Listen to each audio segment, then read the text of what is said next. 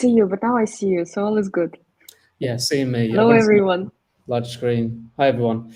So yeah, with WONDR, I just wanted to introduce myself. We're really excited today to have Elena Doms available.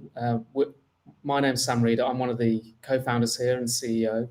WONDR is a social learning platform connecting people, private network, community-driven, towards sharing knowledge and accelerating ideas towards a sustainable future. And really excited to have Elena involved today as we talk about your experience as well and some of the things that you've had to overcome and the challenges that you've faced as you've built the career for yourself and created opportunities. So thank you to everybody who's joining in. As I say, we're a social learning platform. We're looking to really build out conversations and connections that help accelerate the future of sustainability. And we're working towards helping support founders and professionals who are focused on creating businesses or working in projects and organizations that really help people and planet. Really, in terms of our purpose, we felt that the reason why we started WONDR was that we felt there was a real need in a decade of action that we needed to support people with knowledge sharing whilst educational systems are struggling and businesses are struggling to make the shift and accelerate into that future. We really wanted to support people who are taking matters into their own hands. And obviously, Elena, you're a shining light and example towards that. But our mission is to build one of the strongest community platforms we can. We really believe in the power of community and technology that fosters those connections and collaborations to accelerate that future. And I know so many of you tuning in today are going to have very similar thoughts and ambitions. And so we really wanted to start creating these kind of conversations to share knowledge from industry-leading practitioners, peer groups, and people who are just doing fantastic things around the world. And again, Elena, one of the key reasons we're so excited to be having the conversation today. WONDR is this community platform where we're looking to build it into a more private network. So there'll be a lot of applications going through over the next couple of months as to who wants to be part of that network.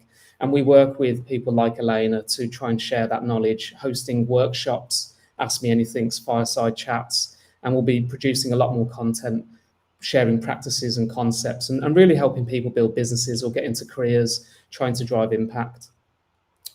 And so to segue, Elena, into kind of our conversation today, we've got to know each other over the last year or so, and we really wanted to put our heads together, didn't we, around one of the shared problems we're seeing, which is how there is this incredible demand for what people need to contribute into sustainability, towards the climate movement, and even just towards social justice and actually creating more inclusive societies. And this report shows that there's actually a huge demand occurring where there's thousands of jobs being created, but there isn't a great deal of supply, and people are trying to make that skills gap jump, or they're trying to find ways of navigating themselves and taking their skill sets and their ambitions into industry. And that's hence why we've collaborated on a course. And today we're sharing a workshop where you're going to be sharing some of your experience and also some of the biggest mistakes you've seen people make as they go in towards making that impact, which sounds awesome. So I just wanted to share a bit about us so that everyone knew the kind of reasons for our collaboration, Elena. But I think it's better if I pass the gauntlet across to yourself. We'll launch your deck and we'll get into kind of the session that you've created for us today. Thank you so much, Sam, for the introduction, and thank you everyone for joining. I have to say, you are making my day when you are sending hellos from all over the world. That just, raise my energy to a whole another level, and I'm extremely excited to be talking to you today. So we have a lot of content to cover. I prepared a lot for you.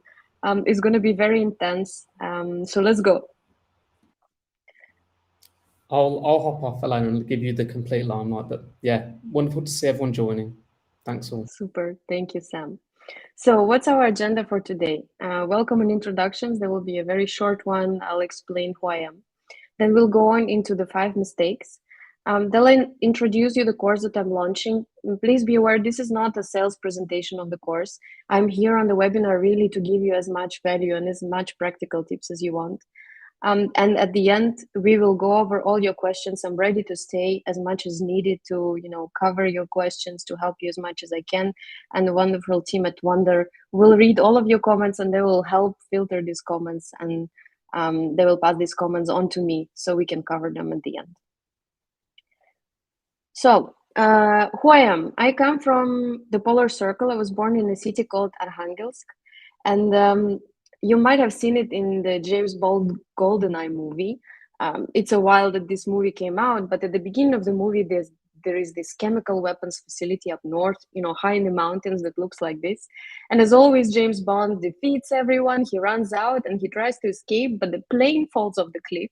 So he jumps off this plane, he flies after it, gets into the plane, and flies off, of course, untouched.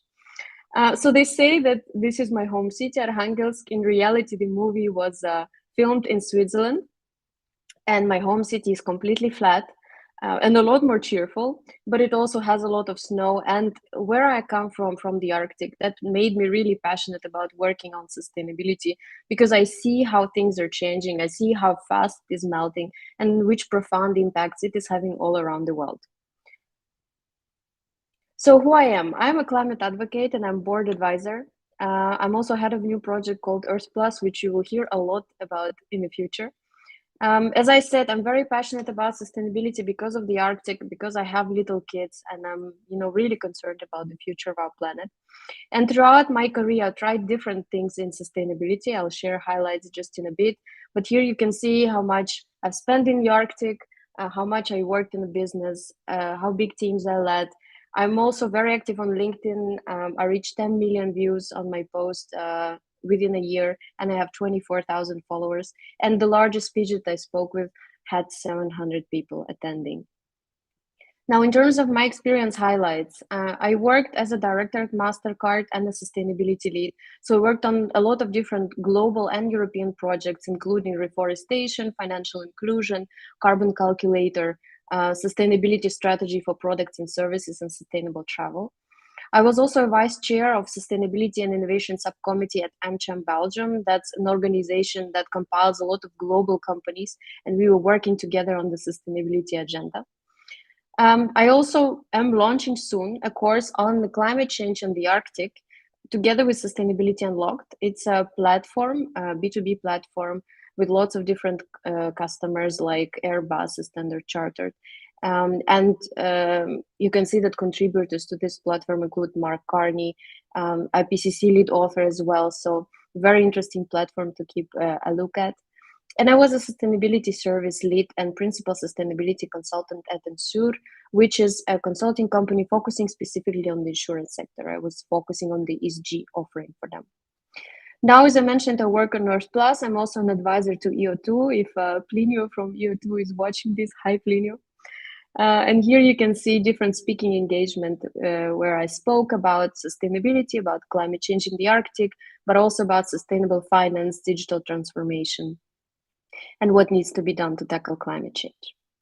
The funny thing about all of this is, no, actually not yet. Wait, I'm also an artist. I forgot to mention that. So I decided that I want to try to touch hearts in another way as well, and to try a different way of conveying sustainability message. So I decided to start painting the Arctic to showcase its beauty.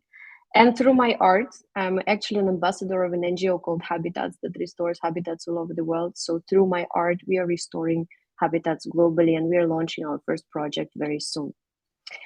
Now, as I said, the funny thing is all of that only took 3 years, and I didn't even describe everything that I did in sustainability. I also worked in a think tank. I launched my own podcast. I did different publications. But what was before those 3 years? That was 10 years of trying to get into the field. And let's not call it a limbo, because these were wonderful 10 years. I worked at Mastercard all these years. I had a fantastic job, had a fantastic team. I really enjoyed myself. But for these 10 years, I tried to get into sustainability. And I tried and I tried and I tried, and I did not succeed until 3 years ago. So why did I decide to do this webinar? Because simply we don't have 10 years to try anymore. I think most of you have seen the 6th IPCC report, where scientists deliver a final warning and saying we have to act now, it's too late. And actually, if we look into the pathway in this report, we have 7 years to cut our emissions globally by 50%. Only 7 years, and our emissions are still rising. So when I look at myself, I think I don't want other people to waste 10 years to get into sustainability. If they are really passionate on making impact, and they're really passionate on getting in the field, they should be making this impact, not looking for jobs. Hence, that's why I decided to do this webinar for you to share my experience and what really helped. Also, interesting research from PEW Research Center. They interviewed people from 17 countries, and I believe we are at the tipping point because 70% of the people said they are concerned about climate change and they believe climate change will impact them personally. I think that before the pandemic, that was not the case. I think we're at the right time because, as Sam mentioned before, there are a lot of green jobs coming up. So it's the best time now to transition. But also, we are getting more conscious. People don't want to accept job offers anymore if the company doesn't have sustainability commitments. And for those of you who joined the waiting list of my course, I read through all of your notes and I saw a lot of people mentioning the same thing. How do we know that the company that is working, that we want to work for, is sustainable? How do we know which company to join that is not greenwashing, but they're really trying to make impact? So there's lots of people passionate about working in sustainability. There are lots of companies looking for jobs, but there is a mismatch. I was speaking to companies that came to me and they were like, Elena, we are looking for good people. We cannot find the right candidates. They simply don't have the right skills. On the other hand, the candidates also come to me and they say, I want to get into sustainability, but I don't know how. Could you tell me? And I ran a couple of polls prior to this webinar on LinkedIn within the last 2 weeks. Maybe you have answered them or have seen them. So I first asked people what stops them from getting a job in sustainability. And you can see here the most popular answers. Lack of experience is the largest, also lack of connections. And other people were mentioning all of the three above or the imposter syndrome. But at the same time, I also asked how impactful would it be for people to personally work in sustainability. And here is the results on LinkedIn, so anyone could answer. And a lot of people answered it would be life-changing or a life dream. If we look at the answers on the waiting list, more than 90% said it would be life-changing or a life dream. So those audience, those of you were really even more committed to making a change.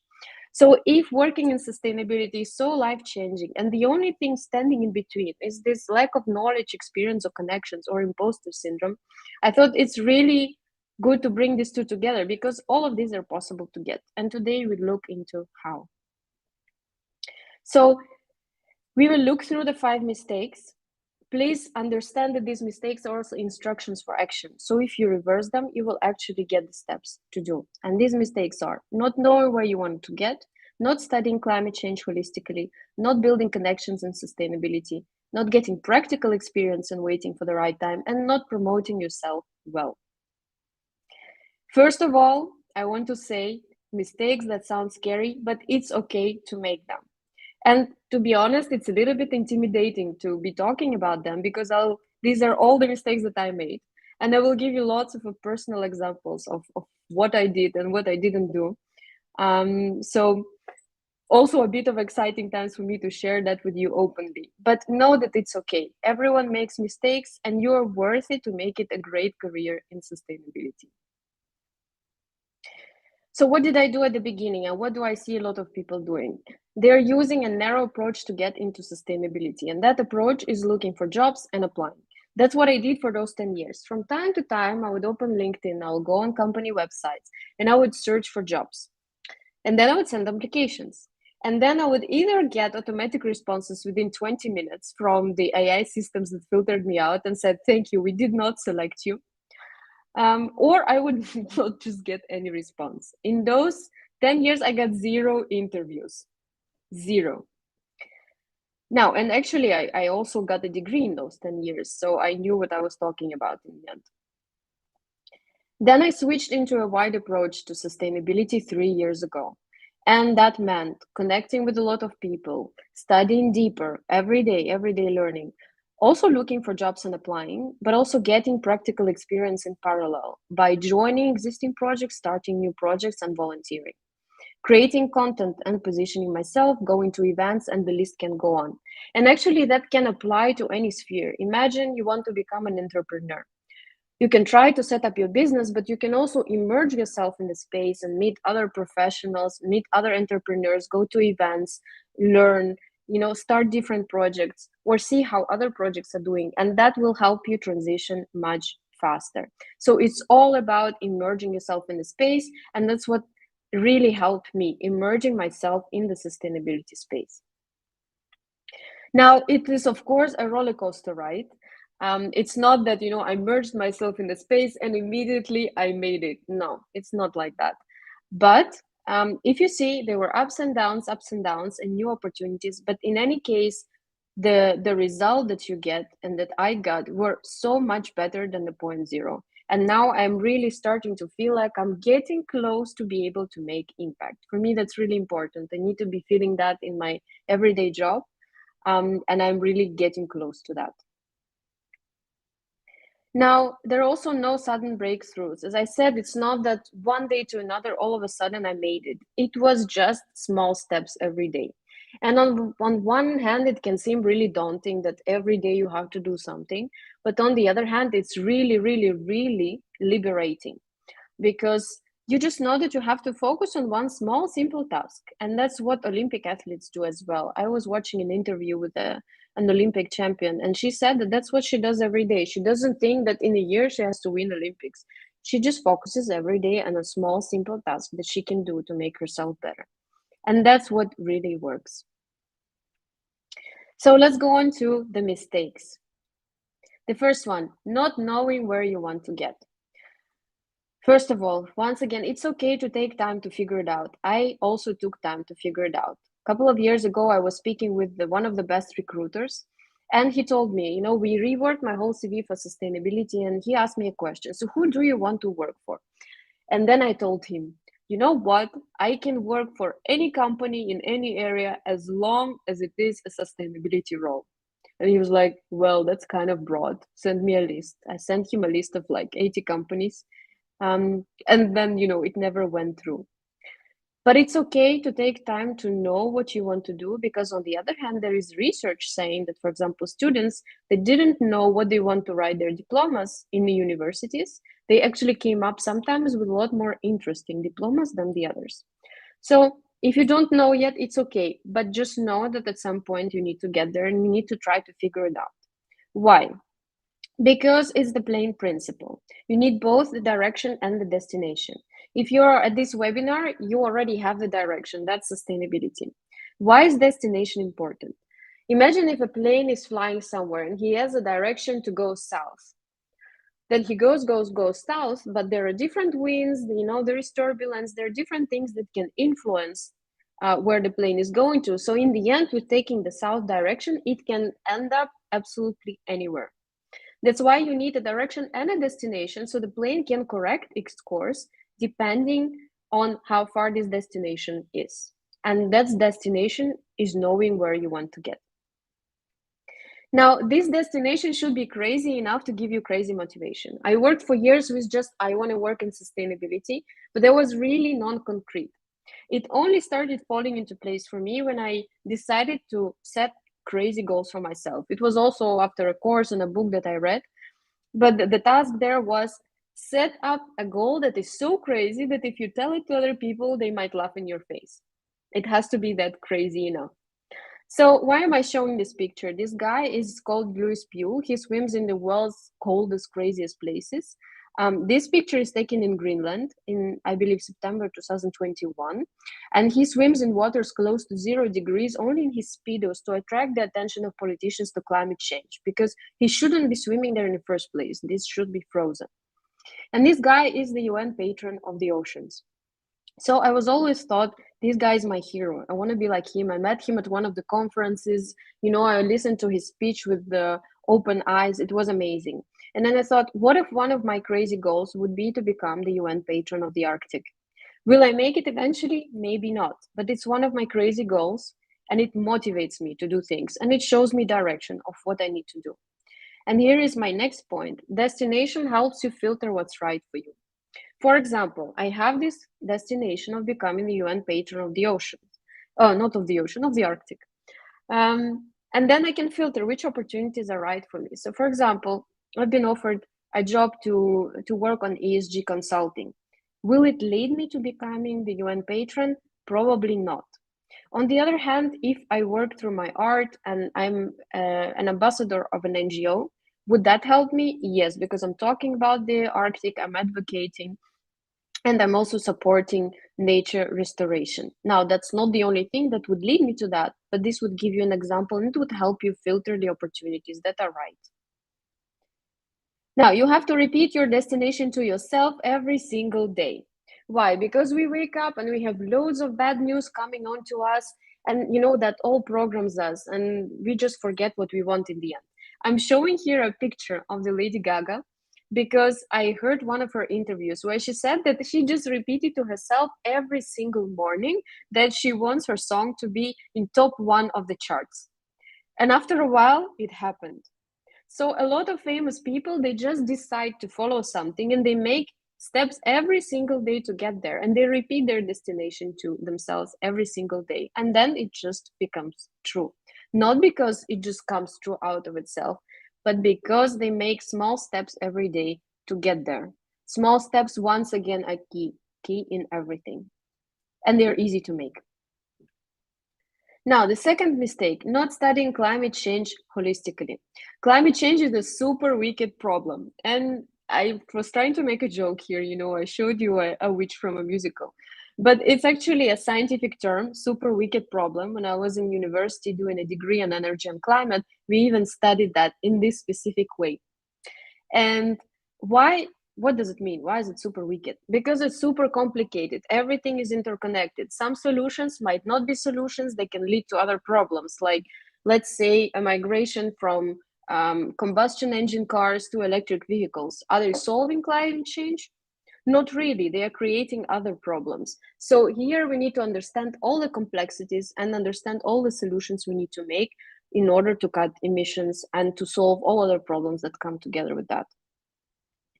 Sustainability is also interdisciplinary. There is everything in it. There is biology, there is media and communications, there is social scientists because you have to make democratic decisions and everyone has to be on board. There is also thermodynamics and physics, there is renewable energy, there is economics, there is everything. And one needs to understand these interconnections and different fields, but on the other hand, sustainability is all about the collaboration. So it's really important to collaborate with others, to see those different approaches and to connect the dots between different disciplines. Also, regulation is incredibly complex and it's constantly evolving. If we look at the European regulation, for example, it's the most complex piece of regulation that has ever been out there, and constantly there are new pieces coming out. The same thing is happening in the US, the same thing is happening in Australia and all over the world. So sometimes it can be boring, but you need to understand a little bit on the broad level of what's happening on the regulatory level. Because, for example, in Europe, there will be this new regulation on greenwashing, and everyone who doesn't support their green claims with real action would be fined. As a sustainability professional, it's extremely important to know that it is coming because, once again, we don't want any companies to be in trouble, but we want to make sure also that we are making real action and not greenwashing. And climate litigation is on the rise too. So here you can see the news that recently Shell directors were personally sued over their flawed climate strategy. But it's not only coming for companies, it's also coming for governments. For example, the government of Belgium was sued recently, the government of the Netherlands was sued as well. So climate litigation is on the rise. And also regulation on company due diligence is on the rise, meaning that directors would be personally responsible for wrong actions on sustainability. So executives are really concerned about that because their reputation and their life is also on the line on what they're doing. And as sustainability professionals, we need to guide them in the right direction. Why is studying also important? Because how do we know which initiatives bring the most impact? We need to be able to focus on those 20% that bring the 80% of the results. And if we don't know what needs to be done, then we don't know what needs to be done. I really like this example, for example, of planting trees. Let's say a company wants to plant 250 million trees. How do you know, is it good? Is it enough or not? Is it an ambitious goal? Is it not an ambitious goal? You can try to guess in comments if it's good or not, but because we are very short in time, 250 million trees is only enough to offset lifetime emissions of 25,000 people. So if it's a global company with hundred thousands of employees, probably that's a very limited climate action that they can do. If it's a small SME, yes, that would bring a lot more results. But every time in sustainability, we need to filter those initiatives and know which one bring impact. Is it good that the company is moving into the green offices and changing um, disposable cups to reusable cups? Yes, it's all good, but is it enough? By far not enough, because the largest emissions come from scope 3. So it's critical to know what we're talking about in sustainability. And last but not least, change is the only constant. We need to constantly keep track of it. This is a famous turkey problem from the Black Swan, where the turkey is growing and all happy, and then Thanksgiving comes. It's a bit similar with climate change as well. We cannot rely on doing things the old way. We cannot keep burning fossil fuels because we've been burning them for dozens of years. It's not going to work until one day there is this big flood or big drought or big storm that happens because of climate change, and we didn't foresee it because of the historical data. So we are really in the uncharted territory here. We cannot rely on it anymore, and we have to find new ways. We have to adapt, and we have to constantly keep our eye on the goal on reducing emissions and not just dealing with the impacts. Mistake number 3, not building connections in sustainability. I also did that mistake for many, many years. In fact, for a long time, I thought if I just work really well, if I focus on my work, everything will fall into place. No, it won't. So your network is your net worth. I heard that phrase on one of the conferences from one of the speakers, and it really struck me back then because it's true.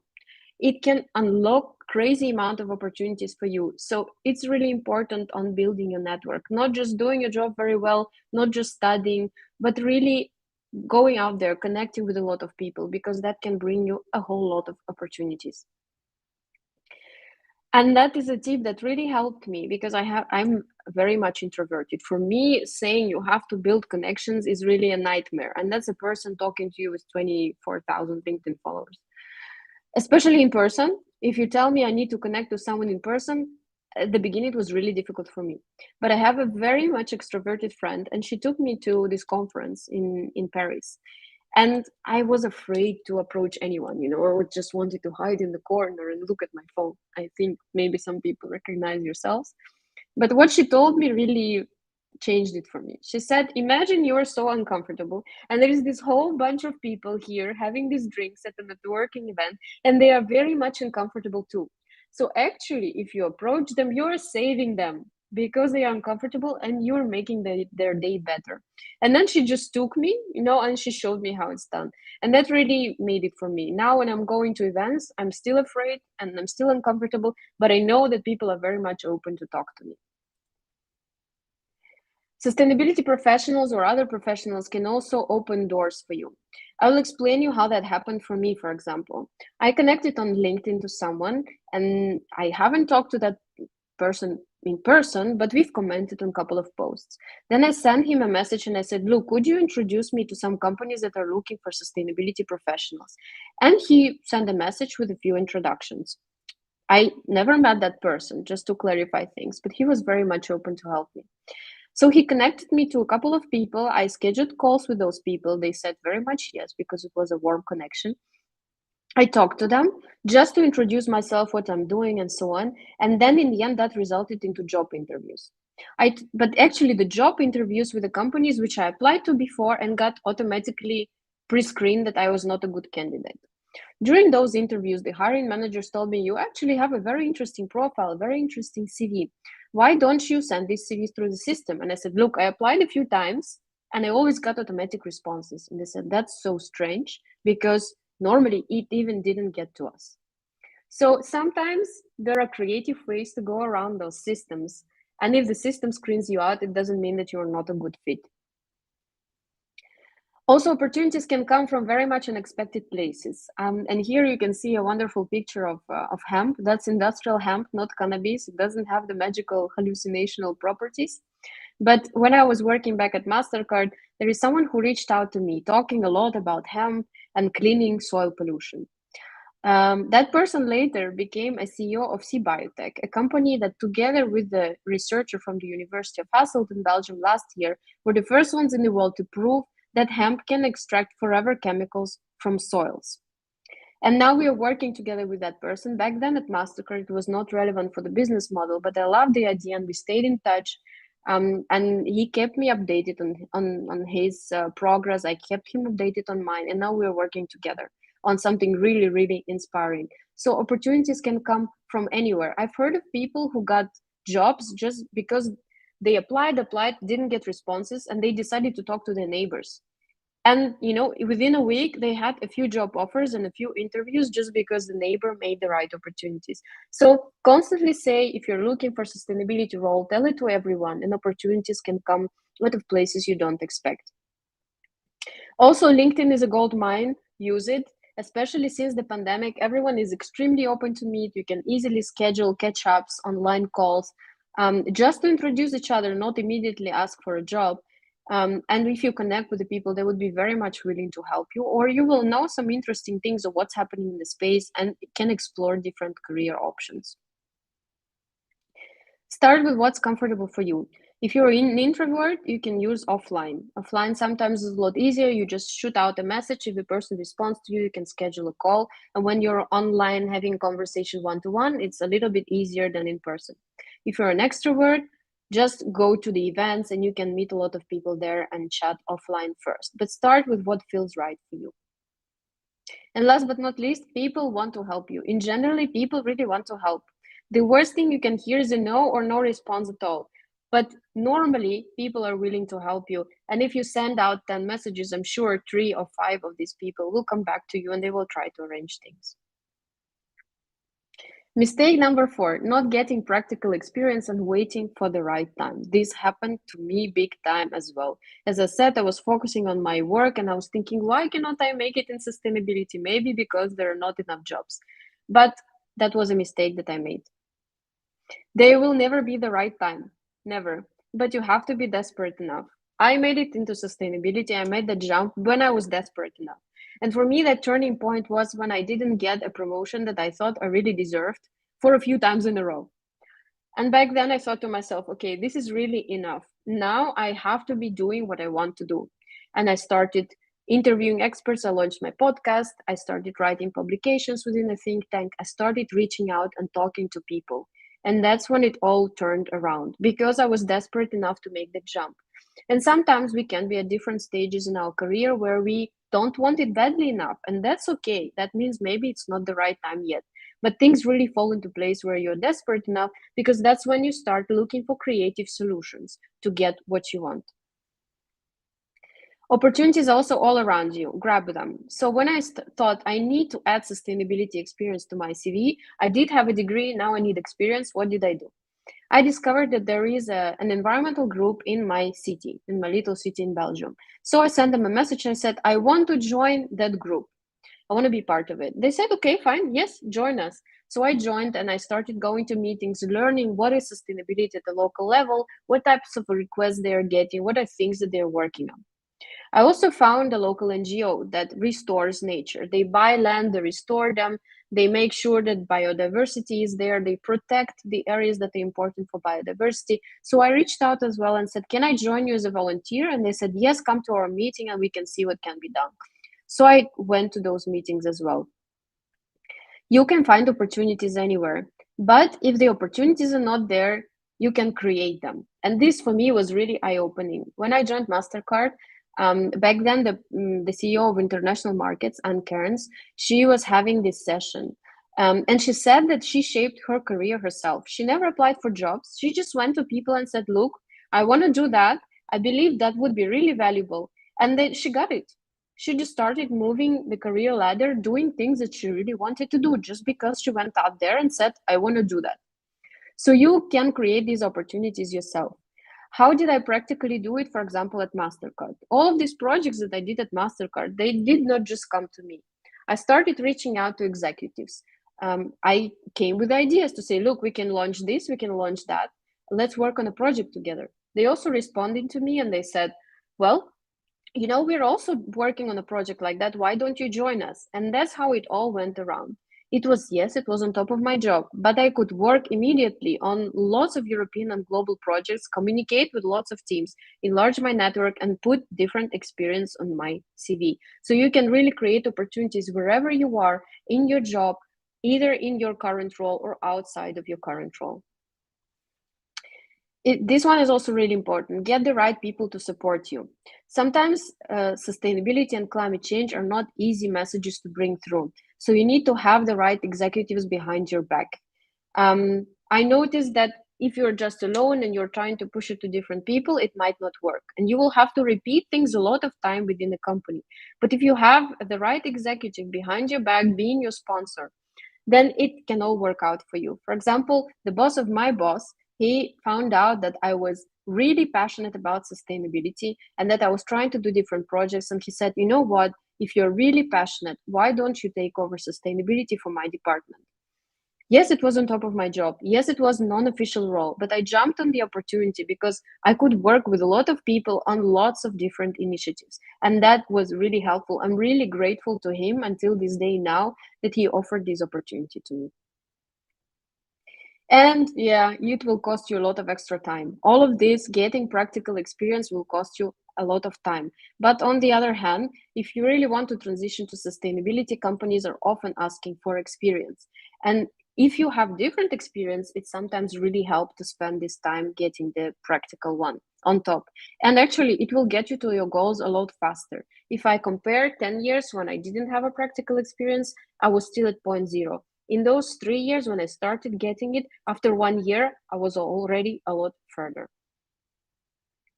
And you never know when it pays off, but eventually it will. Here is another story. I told you that back then, when I was desperate enough, I launched a podcast. That was in February 2021. The podcast is called Interesting Times. It's still on YouTube. And for one of the episodes, I interviewed the head of policy at European Geothermal Energy Council. It was an interview. We talked about the energy transition, what needs to be done, and I put it on YouTube and shared it on LinkedIn. Then in, I believe, August to September, later on, half a year or even a year later, I received a message on LinkedIn from Ensur, from my future manager at Ensur, saying, look, I saw that you made this podcast. We are looking for sustainability people. Why don't we have a conversation? So we had a conversation, and I said I was not ready to transition at that time. But then in a few months, she reached out again, and I was ready. And in the end, I was working together with her. So did that podcast episode pay off immediately? No, but it really brought me great rewards. And sometimes when you're doing something nowadays, you will be surprised at which results you'll have just in a couple of months later. And the last but not least is not promoting yourself well. And this I find a really big one because it's so hard sometimes for us to promote ourselves. We think if we're a great specialist, if we're doing a good job, then everyone will know about it and everyone will appreciate us. But unfortunately, it's not the case. Here is the story of Arnold Schwarzenegger. If you read his book, you will see that at some point he took a conscious decision to become famous. So he started working towards it. He started working towards promoting himself, and that was something that he just chose to do. So that happens with everyone, and we really need to work in promoting ourselves in order to get those jobs.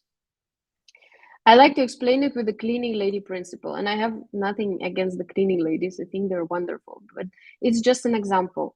You can be the best cleaning lady out there, but if no one knows about you, you will have no work.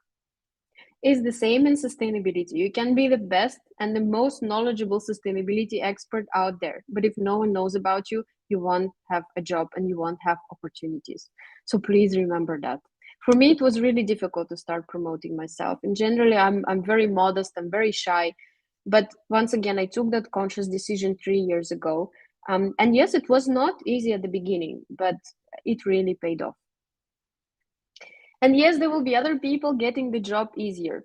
Somebody will be in the right place at the right time. Somebody will just get it, and you would wonder, why is that person having it so easy and I don't?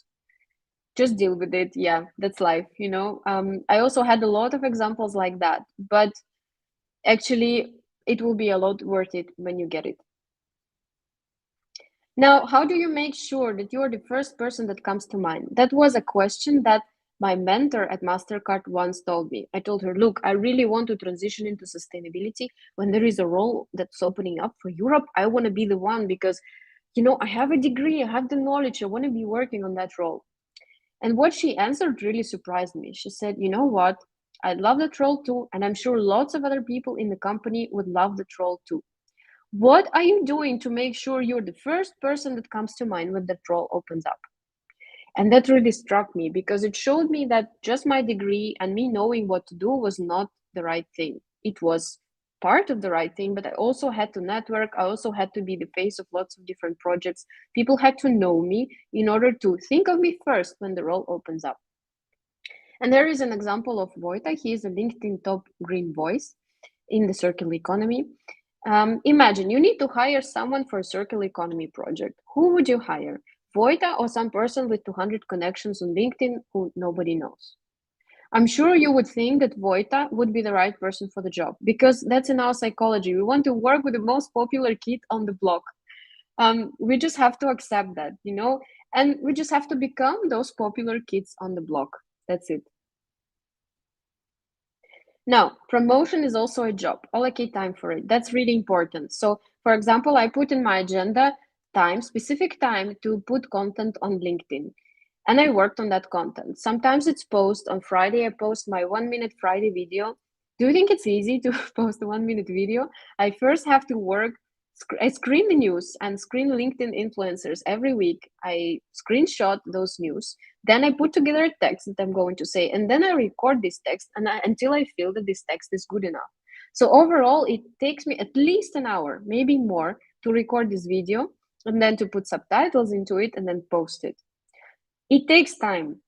It's not happening like this in 1 minute. And at the beginning, it would even take more time when you're trying it for the first time. So make sure you allocate time for it. It's like doing another job, but it's really important. That's what makes people connect with you, and that's what makes people trust you and see your expertise. Now, once again, LinkedIn is a gold mine. Use it. And here there was a very good question that came up when we announced this webinar. Somebody asked, if I post all of this free content, am I not giving this free knowledge to others that are working in the ESG jobs? Am I not helping them out while not helping out myself? And here I want to highlight the sustainability is about cooperation. We need to collaborate in absolutely different jobs to make it. But also, when you're posting knowledge, yes, you're showing something for free, but you are unique. Your knowledge is unique. Out of a LinkedIn post of 10 or 15 lines, nobody is going to make a career based on your expertise because it's just the tip of the iceberg of your expertise. And that's how people know that they can come to you and trust you. Here is an example of Matt Homewood. Matt is really known in food waste because he posts these pictures of dumpsters where supermarkets throw away food and they don't discount it.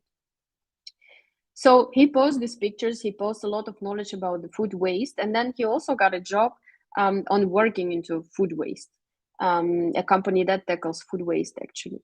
When he posts this knowledge, it's not that he's giving it away for free and other people are benefiting out of it. Yes, they are, but on the other hand, he's positioning himself. He's showing himself as an expert in that. And once again, I also post 3, sometimes 5 times a week on LinkedIn. Yes, I want to give free knowledge to other people, but it also brings my brand. I have people reaching out to me, sending me messages, inviting me to webinars, offering me jobs because I do this content.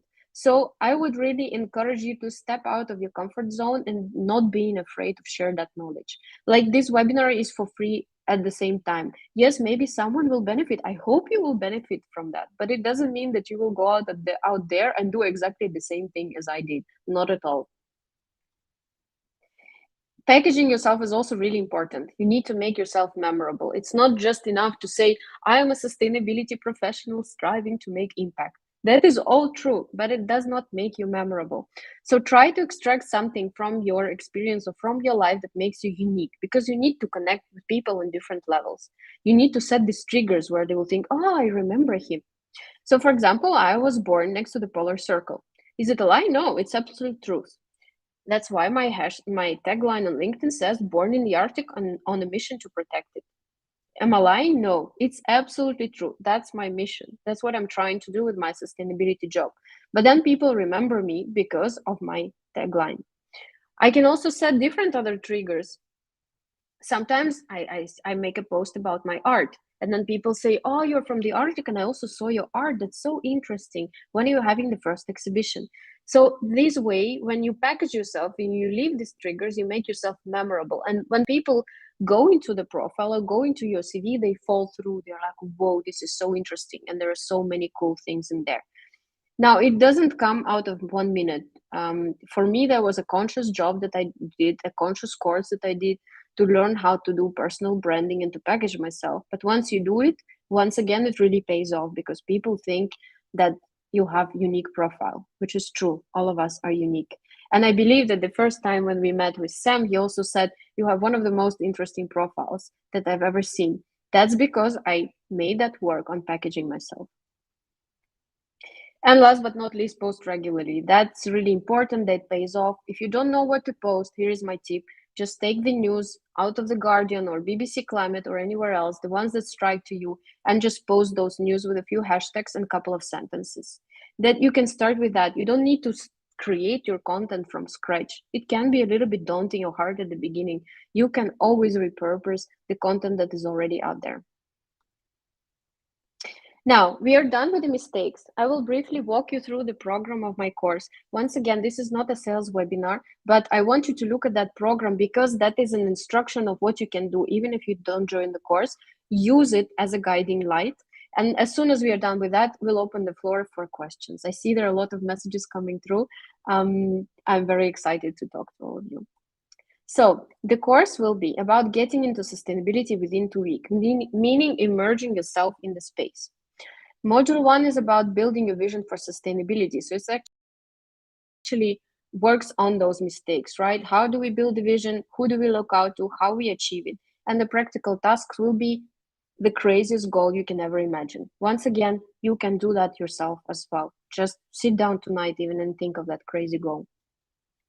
Module 2 will be about studying climate change. So areas that are important to know, what are the important foundational programs at universities, what are self-learning resources you can do. I know founders that found amazing climate startups that are really popular who just first read a book and then they started talking to scientists and then they opened the company.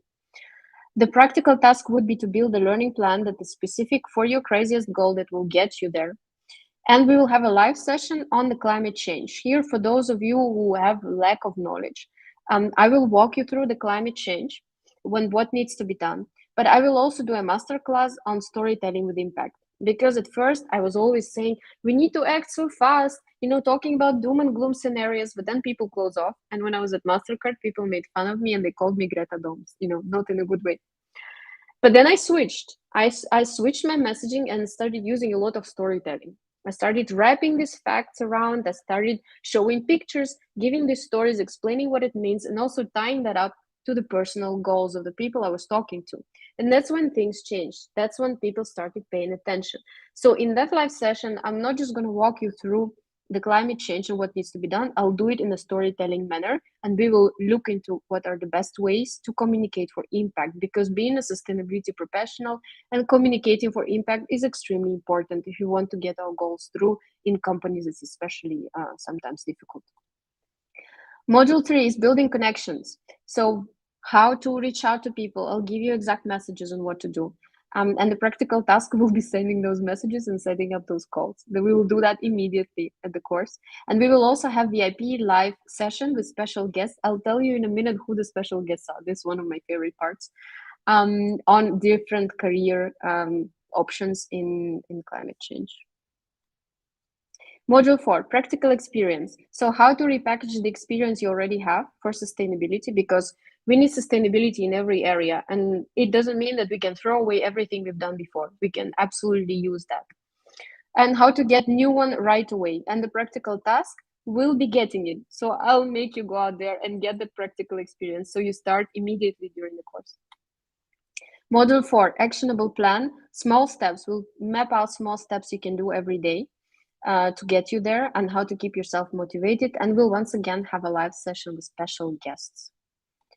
And last but not least, a bonus module on positioning yourself, how to make a kick-ass CV and LinkedIn profile that people fall through, how to build audience on LinkedIn, and a VIP live session on kick-ass personal branding.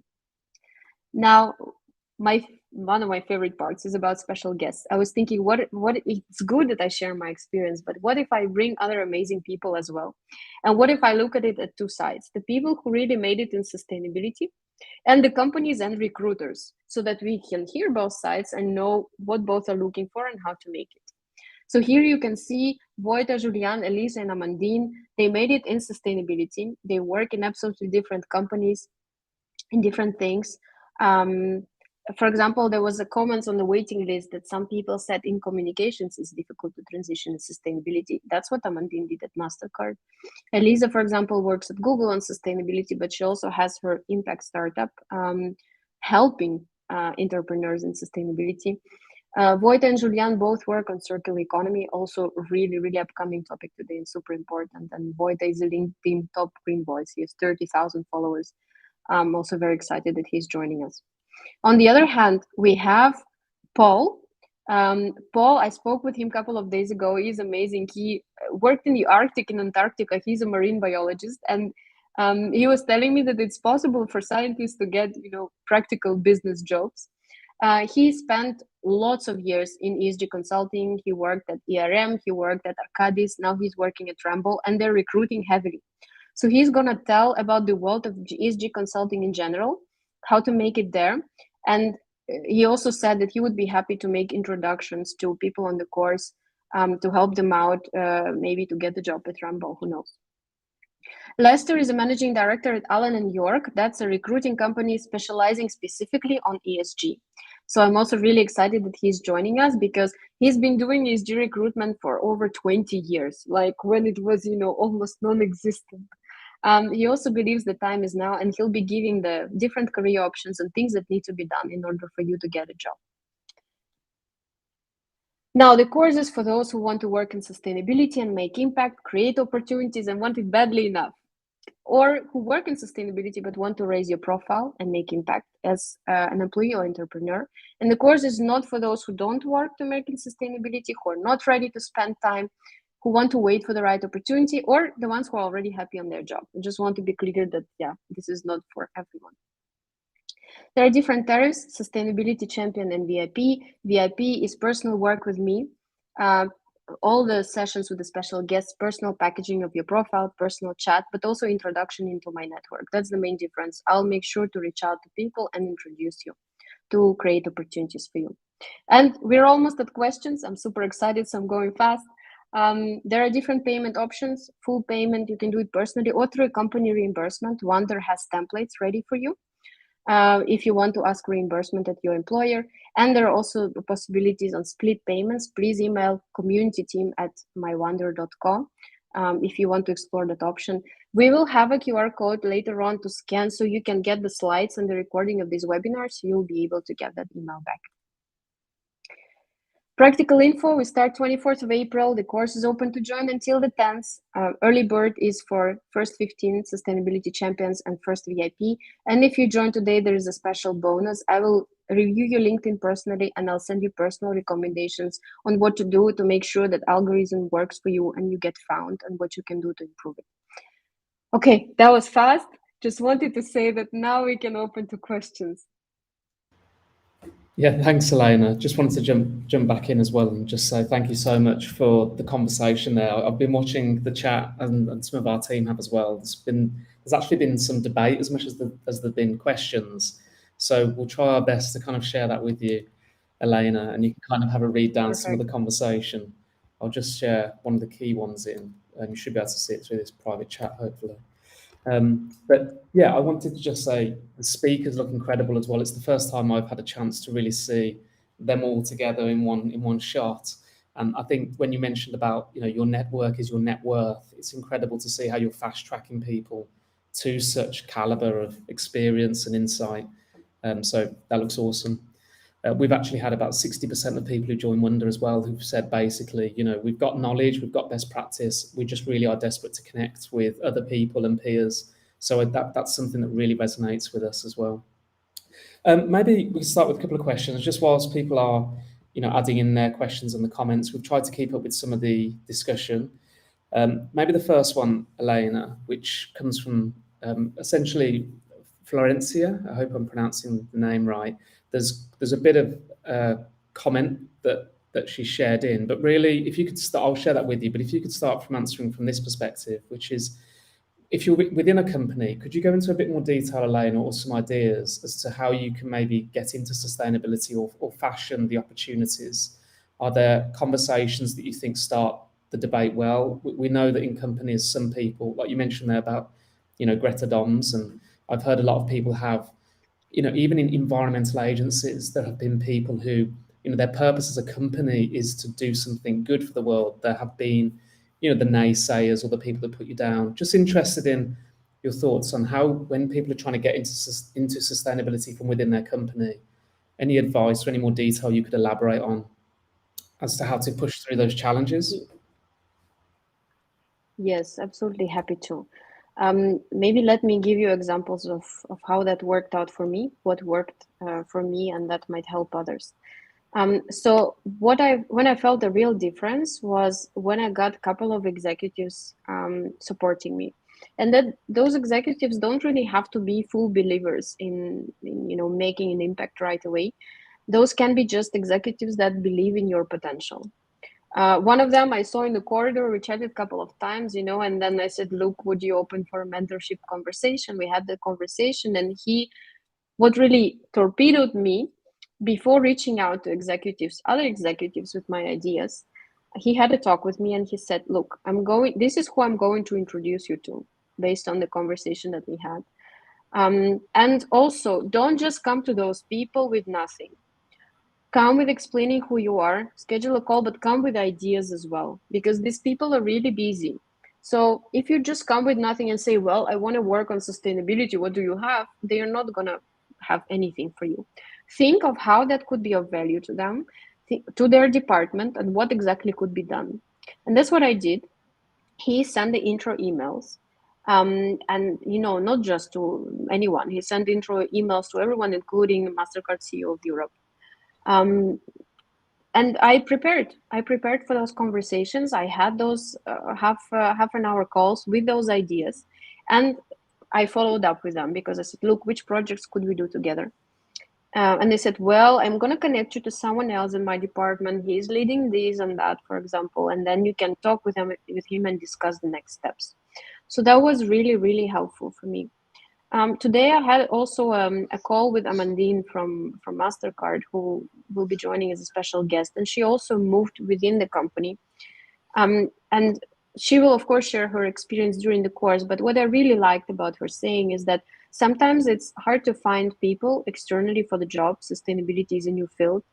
Sometimes it's easier for people to find someone they trust to put in the role because they know they are motivated and they will make impact. So once again, it's about building those connections and having those people that trust you to take on the job, because they see the passion in your eyes. They see that you are really, there to get it and make sure to get it done. And they're like, okay, you know what? I'm just going to have trust in that person. And last but not least, storytelling. Storytelling is incredibly important. And fortunately, I learned it the hard way. It will take some time. I did different courses also on how to do storytelling. I did one, for example, from Simon Sinek, and there he gives examples on presentations and how to incorporate that. But that's the way that gets the message across. If I just talked facts, no one listened. Everyone was incredibly bored. When I started talking about Louis Pugh, giving that example, or I also, for example, talked about this Climeworks carbon capture plant. It just opened back then in Iceland, and I was like, do you know, we need all the solutions, but that plant does the job of 19,000 trees. So is it really powerful yet? Not yet. So I talked like that. I knew some executives wanted to retire in Miami. So at that talk, I said, look, if Greenland melts, just Greenland, we're going to have 7-meter level rise. That means, and I'm not talking about any other glaciers or Arctic, Antarctic, etc. Now imagine if you want to retire in Miami, probably that's not the best place to be when you retire, just because Miami will go underwater. And so will do London, Tokyo, New York, etc. So when I started adding those angles and those interesting storytellings, and at the end, always giving, inspiration and types of projects we could do, that's when people really followed and they were interested. And after that talk, they came to me and they said, look, I'm ready to do what you want. Tell me how we can help. That was really inspiring. So that's my third piece of advice, really using storytelling to get the message across. Thanks, Elena. Yeah, there's so many things there as well that are just great nuggets. And for anyone who's maybe trying to recruit from within a business, like asking those colleagues to maybe package up their passion and their thoughts in that fashion to share back to them. It can work both ways, I suppose, in terms of the people trying to recruit internally, advising them how to, present back as much as the people who are trying to actually go for the job. So that sounds great. There's a flood of And some sorry, just to add one more. Sorry about that, but just to add, you also don't need to create opportunities only at your work, depending on your interests. I went out to completely different departments and started doing loads of Mhm. different things. I could just focus on one a small piece, so choose what you like, but you can go broad. If you really like your job, you can propose sustainability initiatives at your jobs, because it can be sustainable IT, sustainable products, sustainable supply chain, anything.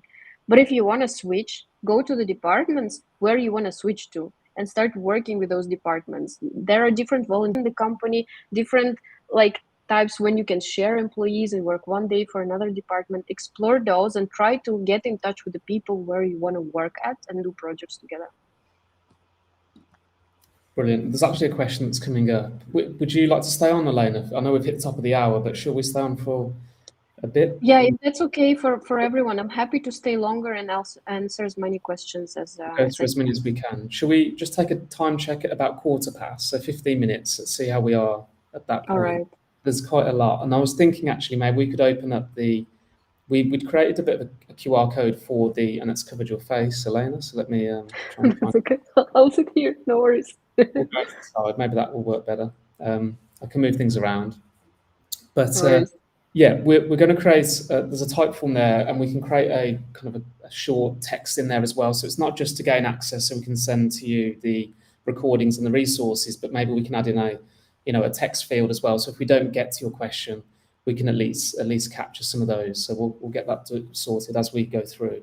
But just on your point, Elena, there's a couple of questions, but I think it segues nicely into one of the questions that was asked about your own personal way of taking your own passion, your own interests, and yeah, it was a very standout profile when I first kind of connected with you. But the question that comes in, so everyone's saying how inspiring and everything the session has been, which is awesome. You mentioned different professionals with their areas of expertise. Curious to know, what do you term as your area of expertise? Maybe talking a bit about how you've taken on some of these things you're advising and elaborating a bit further as your background story, how you've brought that storytelling in, but also the science. Maybe going into just a bit more detail of curious to know, what do you term as your area, and the departments you pitched out to, where did you focus? That's a very good question. And to be honest, my area has been shifting because I'm a very curious person. One of them is definitely the Arctic and the impact of Arctic and climate change in the Arctic globally. Because I see the change happening. My mom is still out there in the Arctic. She updates me on things that are happening in front of her eyes. And if when I was a kid, sometimes you don't see it 1 year to another, but when you look 30 years back, it's incredible difference. So one of them, and that's what I use always at speaking events and at conferences, and that's what I will show at the course with the storytelling as well, is the Arctic, how Arctic is changing, but most importantly, how that impacts everyone around the world, because this is very much unknown. I think it got a bit of visibility when Johan Rockstrom, the head of the Potsdam Institute for Climate Research, did an amazing talk with other speakers at the World Economic Forum that got a bit of visibility of how Arctic impacts all of us, but it's very much unknown, and that's what I do in terms of my expertise and experience. Now, I also come from Mastercard, and I spent 11 years there. So things that I was working on was digital technologies and sustainability. So Mastercard is a tech company. They don't issue cards themselves. They process the transactions, and what I was very much into is how digital can enable sustainability. And it can. Digital can reduce 30% of our emissions by 2030. 20%. Sorry about the mistake. And it's a big chunk. So I was looking into that, and that's also something I brought on and took further into the ESG consulting when I was working for the insurance sector, and something that I'm still doing now with, for example, EO2. They are in that angle. They turn the carbon credits of the European trading scheme into digital assets and put them on blockchain. So that's another one. And I'm working with a couple of other startups on the intersection of sustainable finance, sustainability, and digital transactions. But now I'm also moving further and further along into actually, cleaning soils, nature-based solutions, absorbing CO2 in the circular economy. And that's what I will talk a lot more on LinkedIn as well, and share a lot of knowledge and expertise, because I was lucky enough and fortunate enough to meet the CEO of C Biotech, to get to know his team, to get to know university researchers he's working on. I truly believed in that project, and I started learning about that as well. So now I'm very much more into that. So the expertise can vary from time to time. Can be on one thing, can be on another, but then you can make super cool connections, for example, because now we are connecting cleaning soils to different financial instruments as well, because of my experience. So in the end, it's your unique combination of skills that will shine through, because sustainability is always about this combination. Thanks so much. That's really interesting. I love the thread of that kind of curiosity. And obviously, you need to build your own confidence as you move into this world, and that can be daunting. So having that group of people around you, which I know, again, your course is trying to facilitate and will facilitate, where people have support networks. I think even in the first instance, there's a buddying up process to begin with, so that people have that.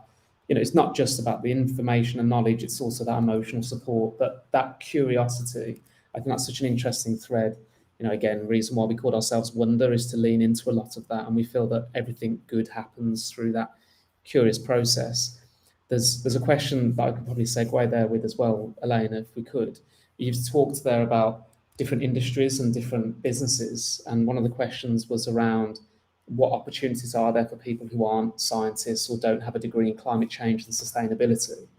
Could you maybe take a thread of that experience and what you've seen in the market and in the world, and talk about maybe the opportunities where you don't have that degree, you aren't a marine biologist, but you want to really play a role in that impact?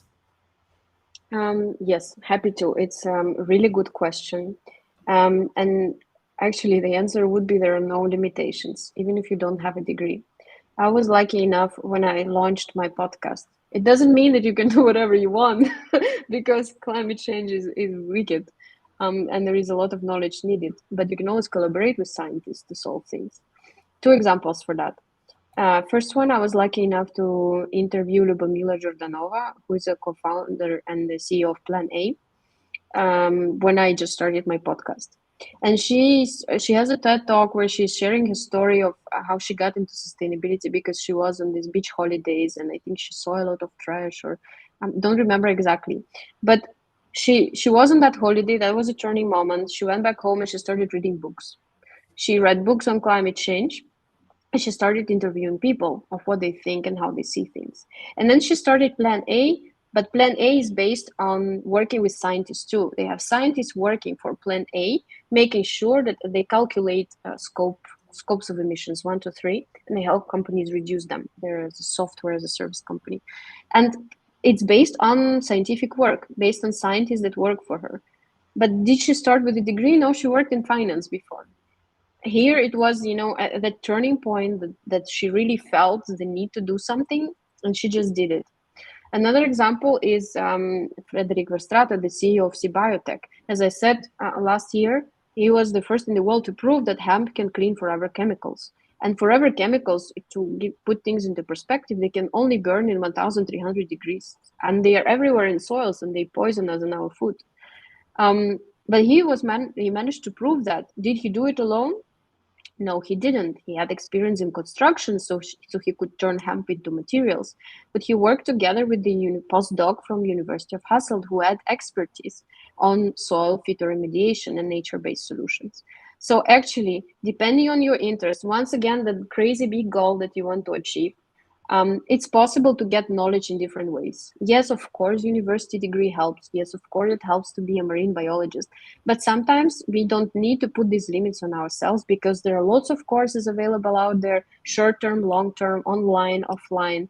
Lots of books available out there, lots of information just on Google, lots of podcasts, lots of videos, lots of movies about it. And we can just collaborate with people that have those degrees to do something as well. Great, yeah, thanks for sharing that. I think that's so interesting, especially with the world we've seen of how inter-collaboration of skills and the way the future of work is shifting in the way in which obviously there are people with credentials and accreditations and qualifications that are critical, but also, skills in communication, finance, project management even. We've seen a real surge in people trying to apply their skills and transition. So that's really interesting with what you're talking about. Another question here as well to do with the course, Elena. So if I could segue to this one, and it's actually flipping it slightly into more the people who have actually gone down, the qualification route and have deep knowledge in the science. So again, very impressive presentation and talk. So hats off, Elena. How will the course help someone get that dream job to help make an impact sustainably? What will the course do differently for someone with environmental background up to a PhD level already? Thank you. That's also a very good question. So, my course is not about teaching you on climate change. Yes, we will have that, live session where I share it from my perspective through storytelling. But bear in mind that would be also an example of communicating with impact in masterclass. And yes, I will share that on what needs to be done. But the idea of the course is not to give knowledge on what needs to be done. The idea of the course is to be really, really practical, to immerse you in the space so that you know where to get the knowledge and you start immediately getting it. You reach out to people that can open doors for you and you immediately talk to them and you immediately ask them for opportunities. Also, that you immediately get these practical things to put on your CV and practically rewriting your CV and LinkedIn profile as well to position you differently and getting your word and expertise out there. So, for example, as a postdoc, someone as a postdoc, I think that's a wealth of experience to share online as well and to build a profile and get that knowledge out there. So the idea of the course is to emerge everyone in the space, immediately make connections, also people who work in pairs so you can track each other, and immediately get into the space, talk to people and unlock opportunities. That's the idea of the course, not a deep knowledge on climate change and what needs to be done, because you know where to get your knowledge there. I'll help you if you don't. But if you already have experience, it's about making it in the field. It's not about studying climate change. Right, so you're building out those other abilities and skills to navigate and find that position. Have you found that Exactly. when you shared, the five biggest mistakes, are you seeing a lot of talented people requiring these sorts of skills or having to think about this, not just having the knowledge, but having the ability to actually, work their way into? I love the analogy of the plane. You've got, you're on a direction or you've got energy and passion, but the destination's critical to know when to come off course. Is that basically summarising, the biggest issue you're seeing with getting the right talent into the right places? It's not just the knowledge; it's navigating that area, the industry properly. Yeah, it's a lot of things that come on top of the knowledge actually. And I used to get a lot of messages on LinkedIn of people to say, I'm really passionate about sustainability. How do I get in the space? So it can be different things for different people. Sometimes it's imposter syndrome, and people just need to be told that they can make it out there and they can make those opportunities. Sometimes it's not knowing how to position yourself to get the job or to get the clients or to scale that impact startup. In all about personal branding. Sometimes it's really just about the connections and making sure that there is these people that can introduce you to new opportunities or show you new ways of doing things. So it's of course a little bit personal. Every situation is personal. Everyone wants to work Yeah, on personal things, but yeah, it's often, and you saw it on my poll as well. Lack of knowledge was one that got almost the least amount of responses. So that means we have people that are really knowledgeable about sustainability in general and just want to make it work, or those that already have degrees but are struggling to find jobs. It's other things that come on top. And once again, that's what I faced in my work as well. For 10 years, yeah, I was in the end getting that knowledge, but I was not doing things outside of that because it can be daunting to build those connections, to put yourself out there, to get that experience. But it's something that needs to be done. And that's what I'm there to help with, because I went through the journey and I want others to go through it much faster than I did. So they can once again focus on making impact and not on applying for those jobs and not getting results. Thanks, Anna. There are a couple more. We have added the question to the type form, though, if anyone wants to kind of go through that, get access to the recording, any resources that Elena has, and also can ask the question, and we can always circle back. But Elena, would you like a couple more if you want to go into that? But I am very conscious of your time and obviously everyone's time, but yours for I sure. want to help with this webinar as many people as I can. So, if me answering a question will give a direction to someone, let's do it. I'm Shall we happy see to. how far we can go? Okay, great. So this question comes probably from thinking geographically and regionally. The question is predominantly around Africa is comparatively behind in terms of its sustainability journey. How do I, as a South African, crack a role with an ethical team that is actually serious about being pioneers in the field? And maybe you could take that up to I'm sure there are places all around the world that need to do more and more towards this objective. But whether you can speak directly to that individual who's in South Africa, or whether you rather take it up to like a top level perspective on how people can how do you crack a role with an ethical team that is actually serious about being pioneers in the field? Yeah, that's a good question. It's not easy. I mean, even in Europe, to be honest, by far not everyone is serious, and it's not easy to work with people or to be in a space where climate change is not really on the agenda. I think what it takes is, and I really like what Catherine Hay, who works for the Nature Conservancy, says. She says that the best thing we can do is talk about climate change. So I would start with being open and trying different types of ways to get the message across. Um, whether it's on LinkedIn, whether it's at events, whether it's within the company, on different meetings, where it is in personal conversations. But the passion will always shine through. It can also be just personal projects, at least starting talking with the family or connecting with that ethical team where the person wants to get a job. But I think if there is if you already know which team you want to work for, ready to make an impact, the best way would be not just going through lack of climate action, but also really connecting with the people or the decision makers on that team.